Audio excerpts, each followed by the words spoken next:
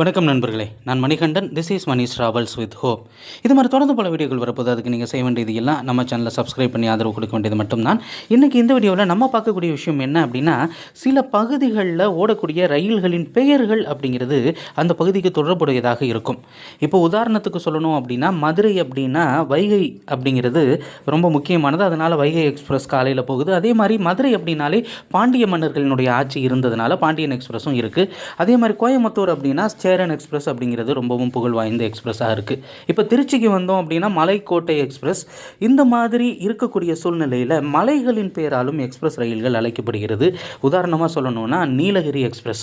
Nilgiri express ஊட்டி வரைக்கும் போகலை, ஆனாலும் அந்த நீலகிரியை கனெக்ட் பண்ணுற விதத்தில் மேட்டுப்பாளையம் வரைக்கும் இயங்குறதுனால நீலகிரி எக்ஸ்பிரஸ் அப்படிங்கிற பேர். அதே மாதிரி ஏலகிரி எக்ஸ்பிரஸ் ரயிலும் நமக்கு தெரியும். ஜோலார்பேட்டை வரைக்கும் சென்னை சென்ட்ரலில் இருந்து கிளம்பக்கூடிய ரயில், அந்த ரயிலுக்கு ஏலகிரி எக்ஸ்பிரஸ்.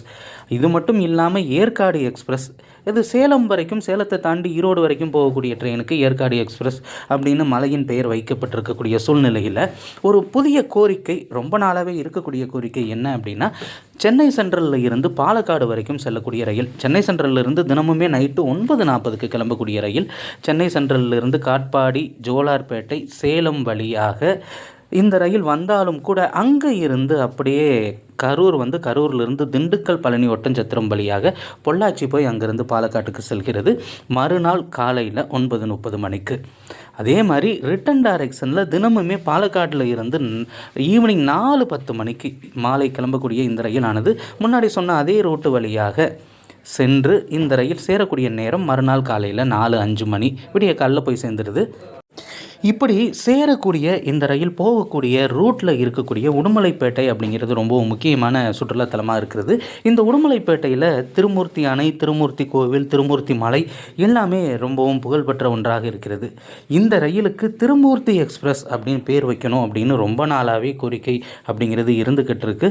நிச்சயமாக அந்த அளவிற்கு ஒரு வலிமையான ஒரு ரயிலாகத்தான் இந்த ரயில் அப்படிங்கிறது இருக்கிறது.